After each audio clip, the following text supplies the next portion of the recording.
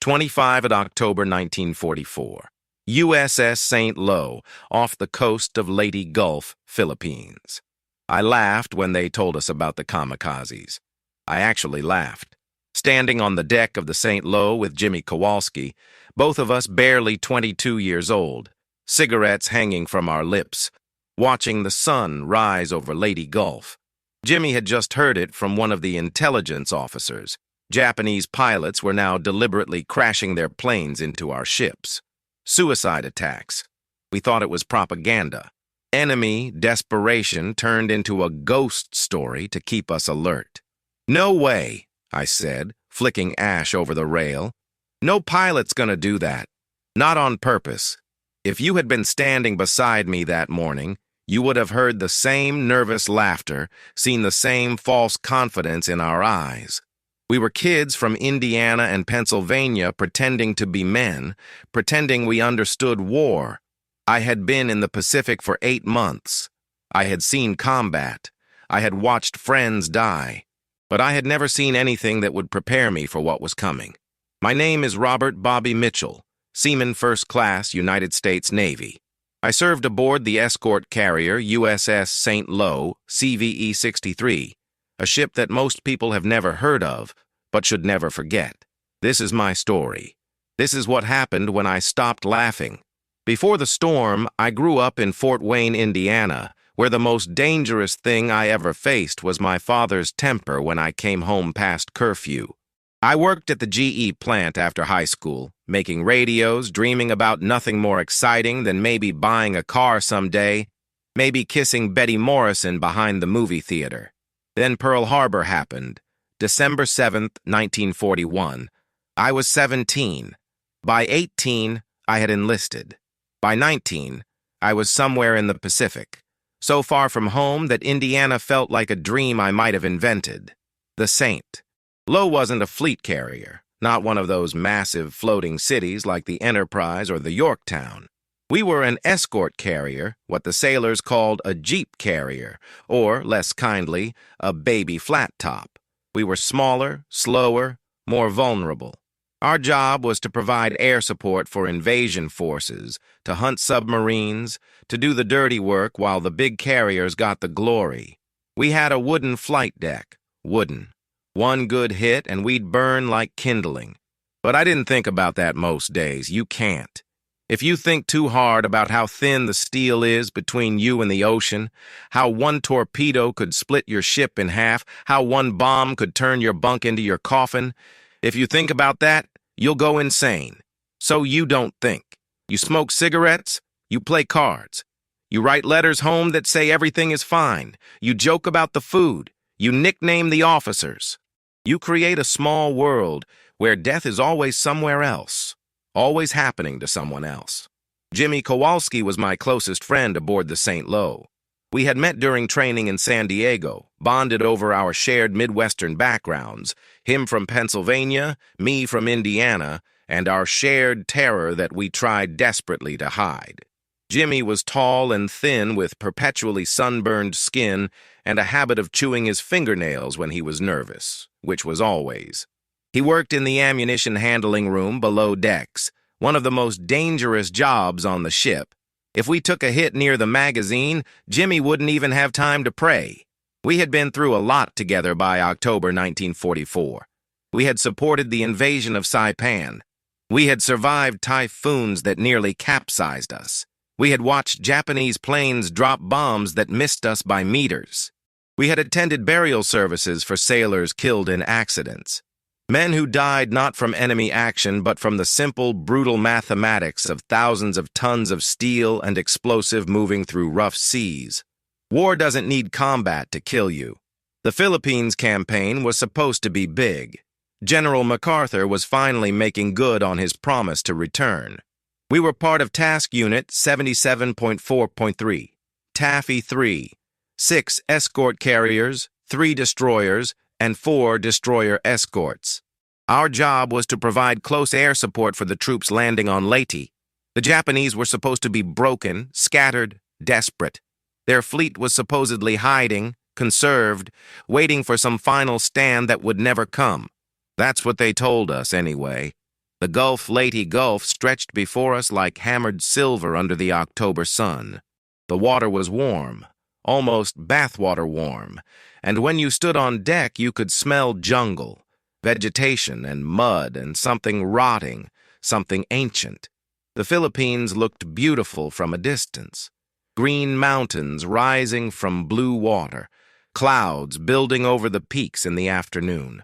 Up close, it was hell. The beaches were contested, the jungle full of enemy soldiers, every step forward paid for in blood. But aboard the St. Lo, we felt relatively safe. We were operating about 15 miles off the coast of Samar, launching and recovering aircraft, providing air support, routine operations. The days had settled into a rhythm.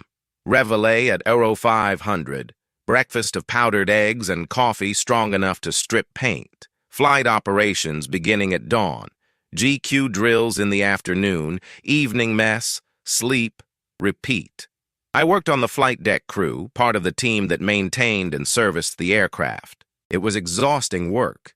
The flight deck was hot enough to cook on, the steel so hot you couldn't touch it with bare skin, but I preferred it to being below decks. At least up here I could see the sky. At least up here, if something happened, I had a chance to jump into the water. The aircraft we serviced were a mix. FM-2 Wildcats for combat air patrol, TBM Avengers for torpedo bombing and anti-submarine work. They were good planes, reliable, but already starting to feel outdated. The Japanese had faster fighters, more maneuverable aircraft. But we had numbers. We had production. For every plane they shot down, we could replace it with 3 more. That's what we told ourselves anyway. On October 24th, we heard reports of a massive Japanese fleet approaching from the west. Multiple battleships, cruisers, destroyers. Admiral Kurita's center force, they called it. But we also heard that American submarines had torpedoed some of them, that carrier strikes had damaged others. By the evening of the 24th, the intelligence report said the Japanese fleet had turned back, retreating. We were in the clear. Jimmy and I celebrated with hoarded chocolate bars and a game of poker in the berthing compartment. 4 other sailors joined us.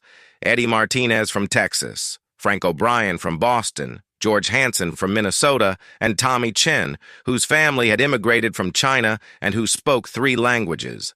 Tommy usually won at poker. He had a face that gave nothing away.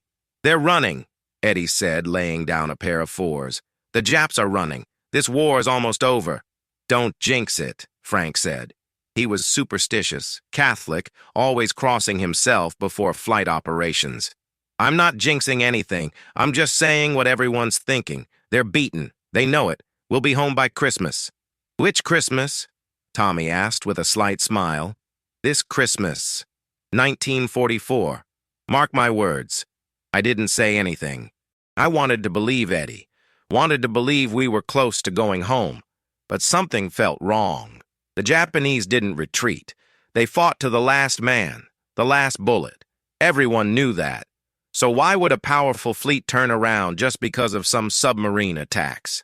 Jimmy caught my eye across the makeshift card table. He was thinking the same thing. "They're planning something," Jimmy said quietly. "What do you mean?" Eddie asked. "I mean, they didn't just turn around and go home. That's not how they fight. Maybe they finally got smart," Eddie said.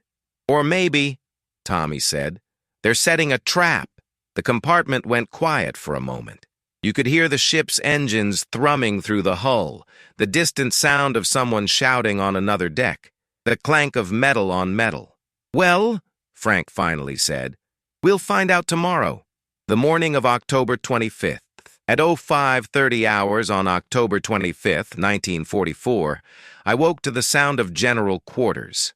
The alarm was loud enough to wake the dead, a harsh metallic clanging that sent everyone scrambling from their bunks.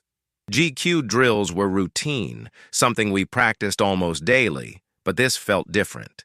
The alarm kept sounding. This wasn't a drill. I grabbed my helmet, my life jacket, and ran toward my battle station on the flight deck. Sailors were pouring out of every hatch, every doorway, running to their posts.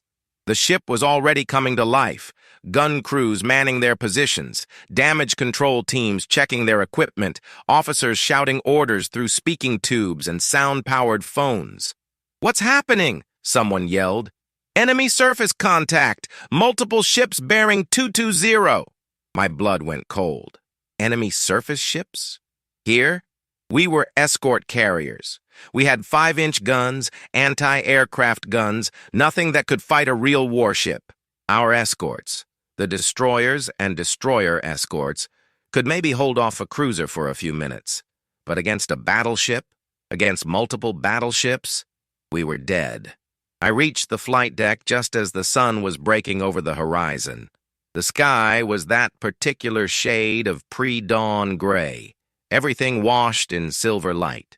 I could see the other carriers of Taffy 3 in formation around us, the Fanshawe Bay, the Kalinin Bay, the Gambier Bay, the Kitkun Bay, the White Plains. Beyond them, our screening destroyers. And beyond them, on the horizon, I saw something that shouldn't have been there. Pagoda masts. If you've ever seen photographs of Japanese battleships, you know what I'm talking about. Those distinctive tall superstructures that looked like medieval towers, bristling with guns and platforms. I was looking at the silhouettes of multiple Japanese warships, massive ships, battleships and cruisers, steaming straight toward us at high speed. Admiral Kurita's center force hadn't retreated. They had circled around during the night, slipped through the San Bernardino Strait, and now they were here, in Leyte Gulf, with nothing between them and our vulnerable carriers except a handful of destroyers and destroyer escorts. We were about to be annihilated. "All ahead, flank speed!" The order came over the loudspeakers. "Launch all aircraft! Prepare to make smoke!" The St. Lo shuddered as her engines throttled up to maximum power. We weren't fast, maybe 17, 18 knots at best, but we started moving, turning east, away from the enemy. The other carriers did the same.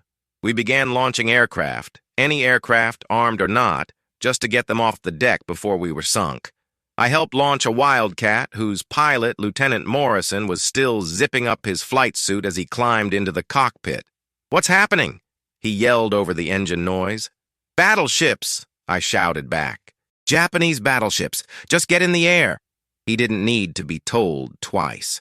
The Wildcat roared down the deck and climbed away into the dawn sky. Then the Japanese opened fire. The battle off Samar. Have you ever seen battleship shells in flight? They're visible. Massive 14-inch or 16-inch shells, weighing over a ton each, launched from guns miles away. You can actually see them arcing through the air, tumbling end over end, looking almost lazy until they hit. The first salvo fell short, sending up enormous geysers of water 100 feet tall. The second salvo straddled the Gambier Bay. The third salvo hit. I watched from the St. Lo's flight deck as the Gambier Bay took multiple hits. Orange flashes erupted along her length. Smoke poured from her island. She started to slow, falling behind the formation. "Jesus Christ," Jimmy whispered beside me. He had come up from below, abandoning his post to see what was happening. "Jesus Christ, Bobby, we're all gonna die." I couldn't answer him. I was frozen, watching destroyers, tiny, fragile destroyers, charging directly at the Japanese battleships, launching torpedoes, firing their little 5-inch guns at ships 100 times their size. It was suicide. It was glorious. It was absolutely insane. The destroyer Johnston charged the heavy cruiser Kumano and hit her with a torpedo, tearing off her bow. The destroyer Hole attacked the battleship Congo. The destroyer escort Samuel B. Roberts, a ship so small it barely qualified as a warship, went toe-to-toe with cruisers. They bought us time. They died buying us time. The St. Lo continued to launch aircraft. We got everything off the deck, Wildcats, Avengers, even planes with no ammunition, no bombs, anything that could fly. The pilots attacked the Japanese ships with whatever they had. Some dropped bombs, some strafed with machine guns. Some made dry runs, pretending to attack, just to force the Japanese ships to maneuver, to slow down.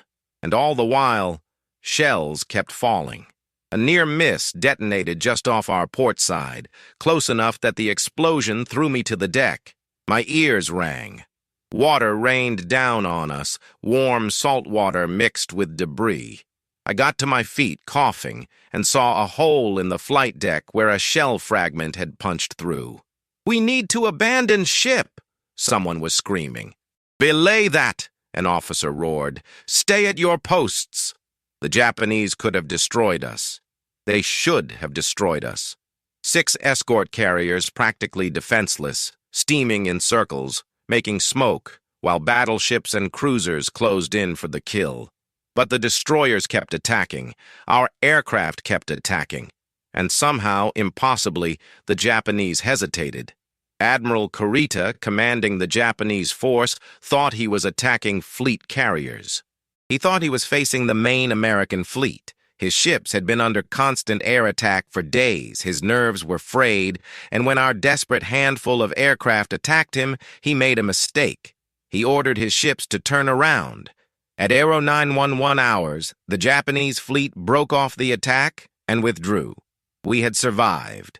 The cost. The Gambier Bay sank. The destroyers Johnston and Hull sank. The destroyer escort Samuel B. Roberts sank. Over 1,000 American sailors died in the battle off Samar. We lost good men, brave men, men who charged battleships in tin cans and somehow held them off long enough for the rest of us to escape. I stood on the St. Louis flight deck as the Japanese ships disappeared over the horizon, and I felt something I had never felt before. Not relief, not joy, just emptiness. We had been minutes away from death. If the Japanese had pressed their attack for just 10 more minutes, we would all be at the bottom of Lady Gulf. Our survival was luck, nothing more. "Bobby," Jimmy said beside me. His voice was shaking. "Bobby, we need to get some coffee. We need to sit down." "Yeah," I said. "Yeah, okay."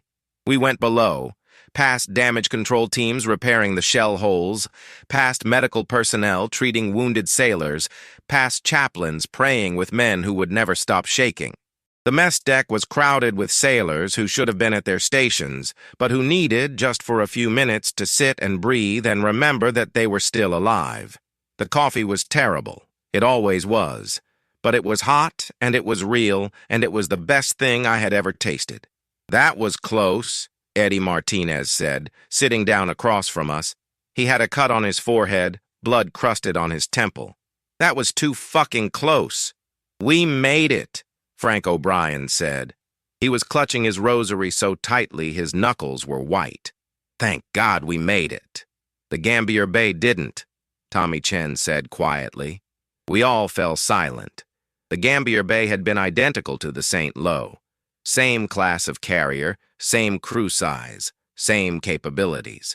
The only difference was luck. They got hit. We didn't. That could have been us. An announcement came over the loudspeakers.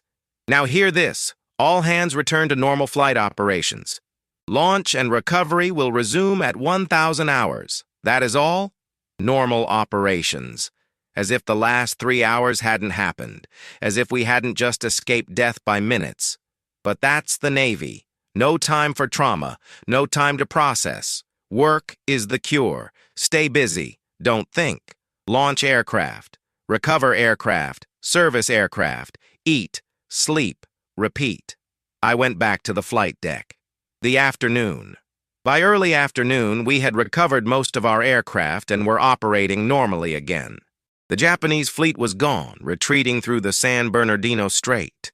Reports said that Admiral Halsey's Third Fleet was pursuing them, that the Battle of Leyte Gulf was essentially over, that we had won a major victory.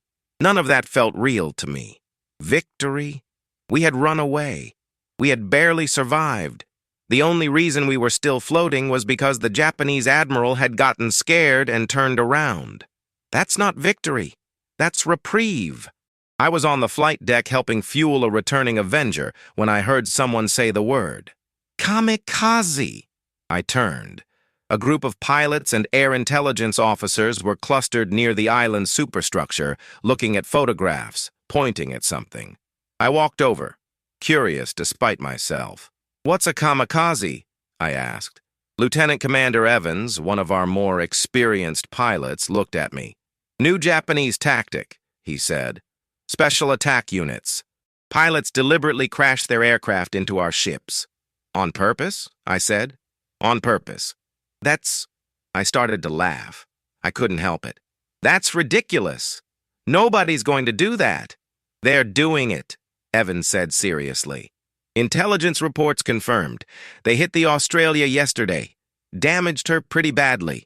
They're calling it Kamikaze, divine wind. The Japanese remember that a typhoon saved them from Mongol invasion in the 13th century. They think they can do the same thing to us with suicide planes. I stopped laughing. Evans wasn't joking.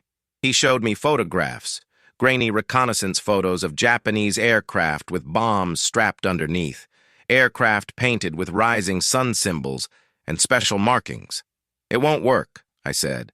Our cap will shoot them down, our anti-aircraft guns. Maybe, Evans said. But think about it. A pilot who doesn't care about getting home? Who doesn't have to worry about ammunition or fuel or escape? Who just points his plane at you and hits the throttle? That's hard to stop. I thought about it for maybe 10 seconds before dismissing it. Japan was desperate. They were trying anything. But suicide attacks? That was madness. It wouldn't be effective. It couldn't be sustained.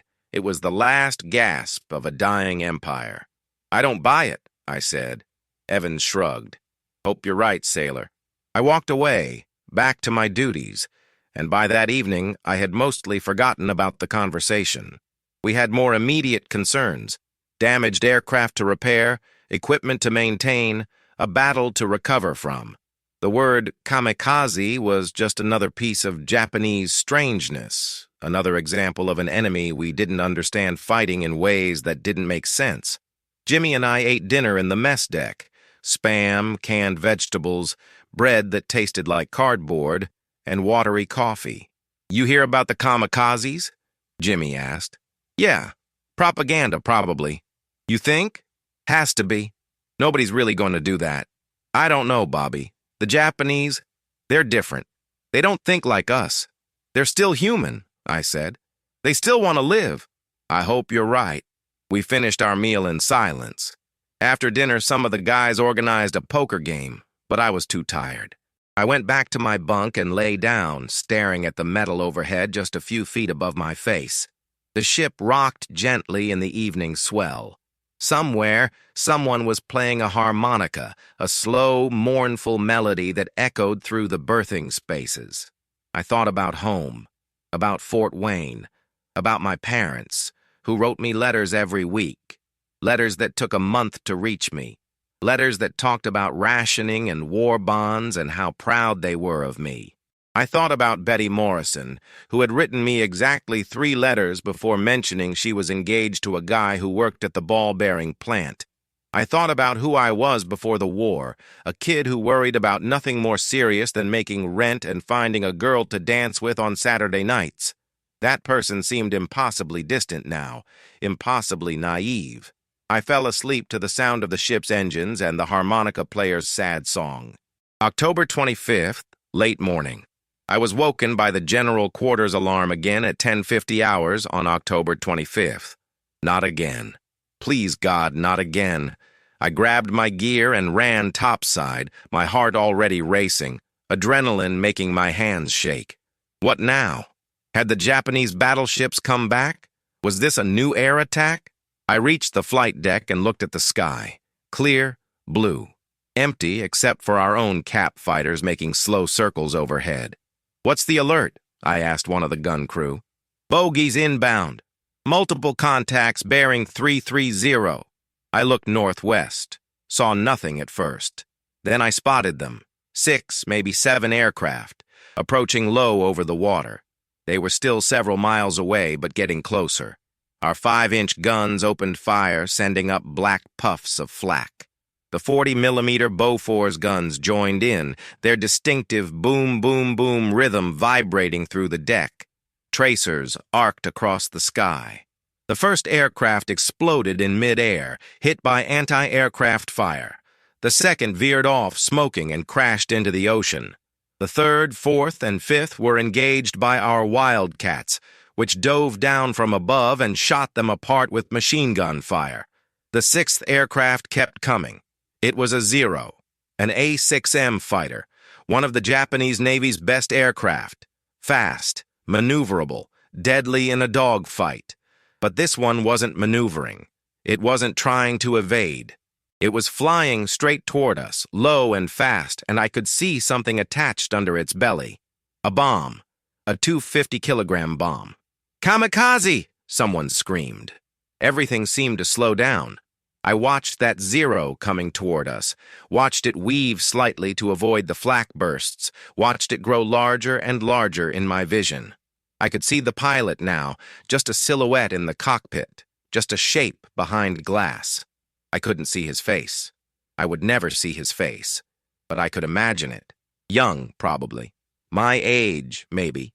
Determined, terrified, resigned, all of the above.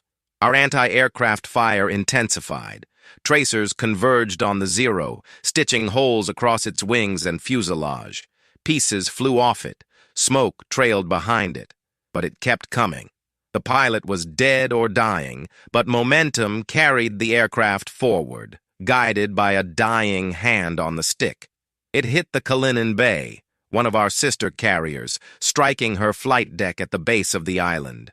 The explosion was enormous, orange fire and black smoke erupting outward, metal fragments scything across the deck, men thrown through the air like dolls.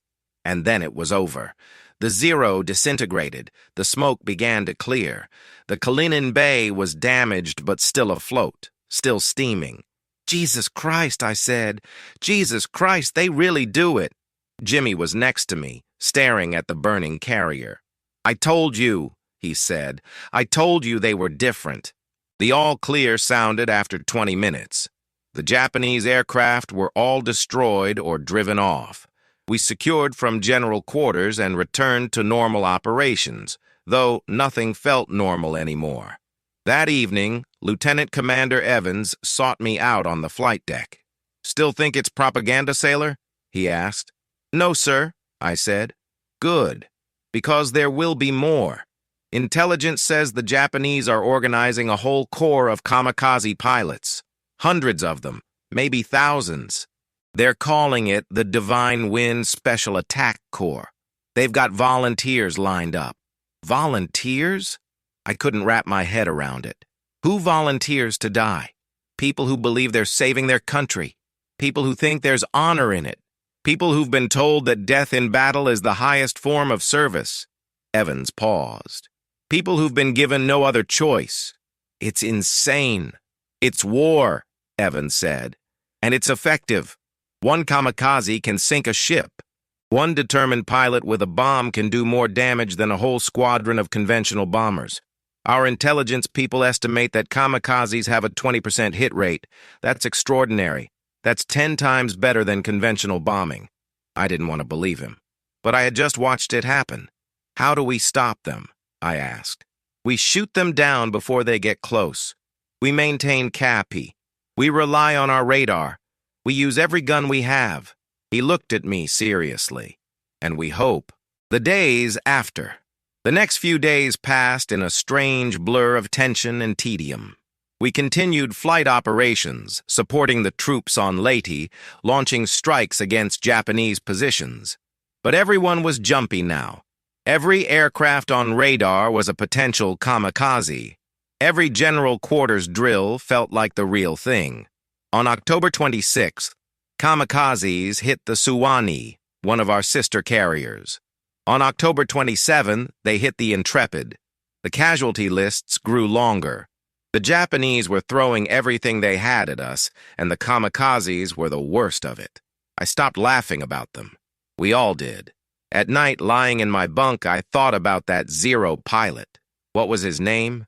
What was his story? Did he have a family? A sweetheart? Dreams of after the war? Or had he fully embraced death, fully committed to the mythology of the divine wind? I would never know. He was just an enemy, just a target, just a corpse in the ocean. But he haunted me anyway. October 30th, 1944. On the morning of October 30th, I woke with a strange feeling.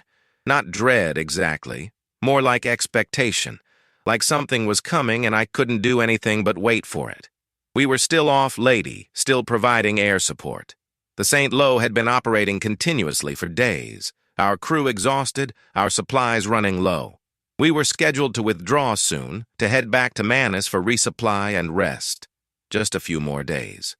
Flight operations that morning were routine. Launch at dawn, recover at mid-morning, launch again in the afternoon. I worked through my duties mechanically, checking fuel lines, inspecting aircraft, helping pilots strap in. The sun was bright, the sea was calm. It was almost pleasant, if you could forget about the war. At 10:50 hours, General Quarters sounded again. Air raid warning! Multiple bogies inbound! I ran to my battle station, my hands already reaching for my helmet and life jacket. Not again. How many times could we do this? How many times could we get lucky? I reached the flight deck just as our cap engaged the incoming raid. I could see them in the distance, Zeros and Vals, maybe a dozen aircraft attacking from different directions. Our Wildcats tore into them, shooting down 3, 4, 5 aircraft. Our anti-aircraft fire created a wall of flak, but 2 aircraft got through. The first one hit the Kit Kun Bay. The explosion rocked her, set her flight deck on fire, but she survived. The crew fought the fires, kept her steaming. The second one came for us. I saw it coming from the port side, a Zero with a bomb slung under its belly, flying low and fast, maybe 50 feet above the water.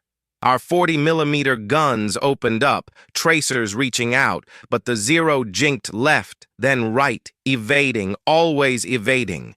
It climbed suddenly, rising to maybe 200 feet, then rolled over into a dive aimed directly at our flight deck, directly at where I was standing. The moment time fractured. Everything happened at once and yet in perfect, crystalline slow motion. I could see the Zero in perfect detail, the red Hinamaru circles on its wings, the battle damage along its fuselage, the exhaust smoke trailing from its engine. I could see the bomb underneath, could see the pilot in the cockpit, could see his hands on the controls. Our guns were hitting him. I could see the tracers connecting with the aircraft, see sparks and metal fragments flying off, but he kept coming. He was maybe 3 seconds away from impact, 2 seconds. Someone grabbed my arm, Jimmy. He was pulling me, dragging me toward the island superstructure, screaming something I couldn't hear over the roar of engines and guns and my own heartbeat thundering in my ears. 1 second. I saw the pilot's face. He was young, maybe 19, maybe 20. He wasn't wearing a standard flight helmet. Instead, he had a white hachimaki headband tied around his head, the kind Japanese warriors supposedly wore into battle. His expression was calm, focused, determined. He wasn't screaming. He wasn't crying. He was simply doing his duty. And then he hit us. The Zero struck the St. Lo's flight deck about 20 feet from where I had been standing, right where Jimmy had pulled me away from. The bomb detonated on impact. The explosion was white light and heat and pressure, a physical force that lifted me off my feet and threw me through the air. I hit something hard, the island superstructure, and crumpled to the deck. My ears were ringing. I couldn't hear anything.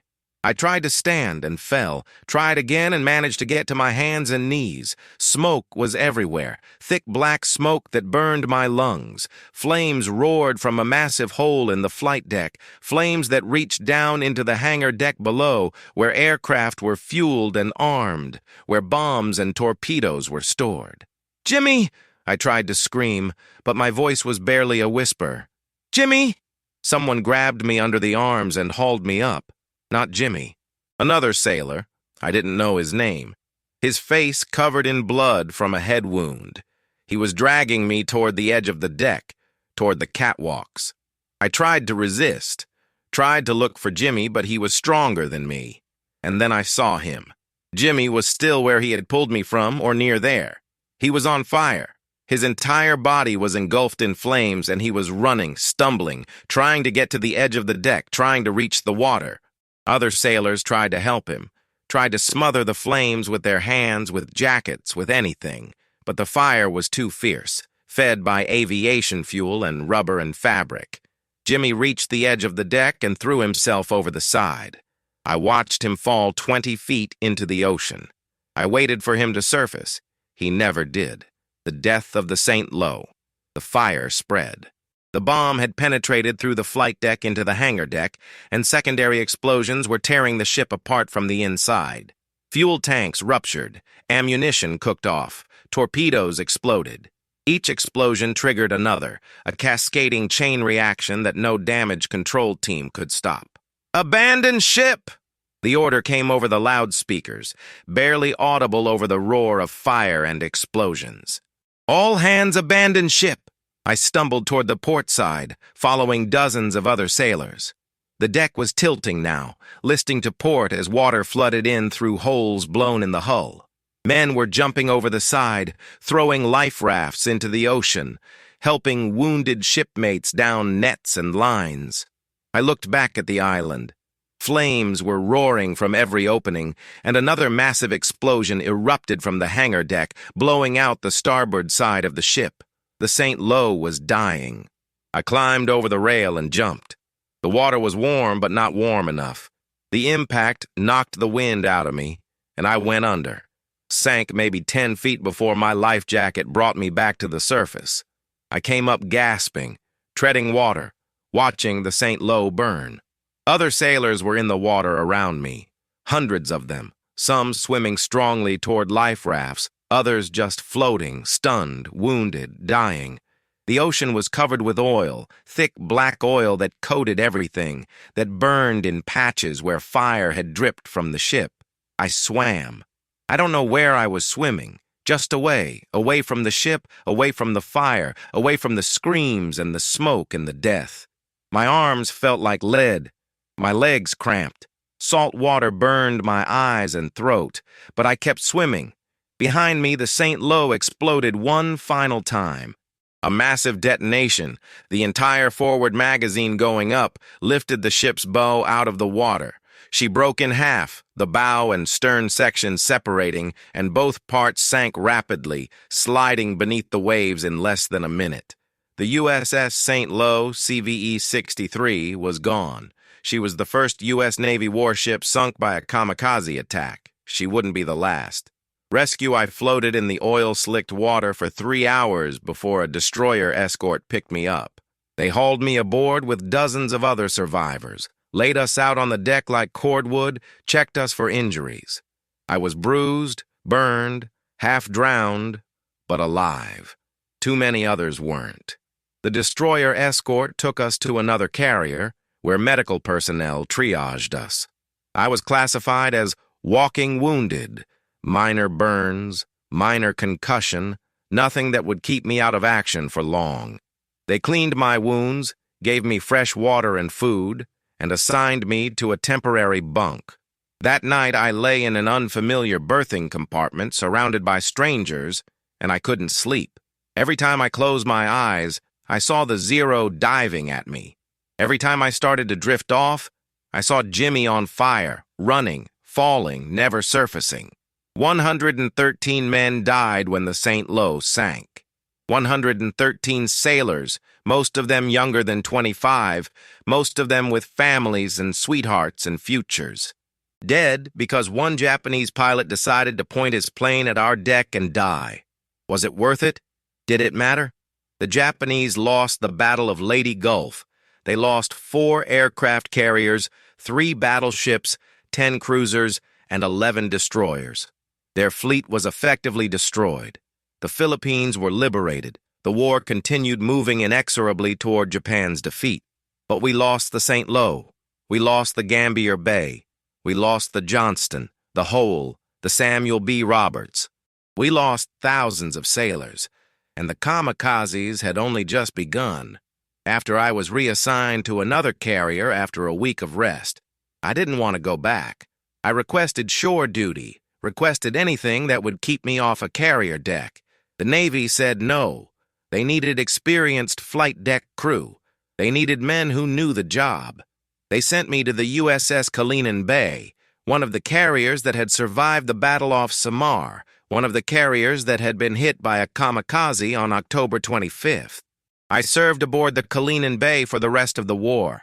We supported the invasions of Iwo Jima and Okinawa. We faced more kamikaze attacks, dozens of them. Some hit us, most missed. We survived, but I never stopped seeing that Zero pilot's face. Young, calm, determined, flying into death like it was just another mission. After the war ended, after I came home, people would ask me about it. What was it like? Were you scared? Did you kill any Japanese? I never knew how to answer. How do you explain that fear isn't the right word? That it's more like existing in a constant state of barely controlled terror mixed with mind-numbing boredom? How do you explain watching your best friend burn to death? How do you explain respecting an enemy who tried to kill you? I couldn't. So I usually didn't try. Reflection. I'm 78 years old now. Writing this in 2002. Jimmy Kowalski has been dead for 58 years. The USS Saint. Lowe has been at the bottom of Leyte Gulf for 58 years. The war that defined my youth ended before most people reading this were born. But I still see that Zero diving at me. I still see the pilot's face. And I still wonder, what was his name? What did he think about in those final seconds? Was he afraid? Was he proud? Did he regret volunteering, or was he absolutely certain he was doing the right thing? I'll never know. He's just another casualty, another name in the list of the dead, another victim of a war that killed 60 million people and achieved, what? Peace? Victory? The defeat of fascism? All of those things, I suppose, but at such a cost. When people talk about kamikazes now, they usually talk about fanaticism, about brainwashing, about a culture so alien to Western understanding that suicide attacks seem like the logical conclusion. Maybe there's truth to that, but I think it's more complicated. I think those pilots, most of them anyway, were young men like me, caught in a war they didn't start, told by their leaders that this was the only way to save their country, that their sacrifice mattered. Were they right? Did it matter? The kamikazes sank about 50 Allied ships and damaged hundreds more, but they didn't change the outcome of the war. Japan still lost. The divine wind didn't save them, but it killed thousands of American sailors. It killed my best friend. It killed that young Zero pilot whose name I never learned. I don't hate him anymore. I hated him for years. Hated him and every other kamikaze pilot, hated them for what they did, for the fear they created, for the friends I lost. But hatred is exhausting. Hatred consumes you. And eventually I realized that he was as much a victim as Jimmy was. Both of them were killed by old men who sent young men to die. That doesn't make what happened okay. It doesn't erase the trauma, doesn't bring back the dead, but it's a kind of understanding. A kind of peace. I still dream about the St. Louis sometimes. In my dreams, Jimmy isn't on fire. In my dreams, I catch him before he goes over the side, pull him back from the edge, save him somehow. In my dreams, the war ends differently, better. But dreams are just dreams. Reality is harder, messier, more painful. Reality is living with what happened. Carrying the weight of it. I laughed at the kamikazes, never quite forgetting. I thought they were propaganda, a desperate tactic that would fail. Then one came straight at me, and I learned the difference between stories and truth, between imagination and experience. I learned that war isn't glorious or heroic or simple. It's just people killing people. And sometimes the people doing the killing are willing to die in the process. That Zero pilot taught me that. I wish he hadn't. I wish I had never learned it. I wish none of it had happened. But it did happen, and I survived. And now, all these years later, I'm telling you, remember the cost. Remember the price. Remember that every casualty list, every statistic, every historical footnote represents real people. People with names and faces and families and dreams. Remember Jimmy Kowalski, Seaman First Class, United States Navy. Remember the 113 sailors of the USS St. Lo. Remember that young Zero pilot with the white headband. Because if we don't remember, if we forget what war really costs, then we might be foolish enough to do it all over again. And God help us if we do.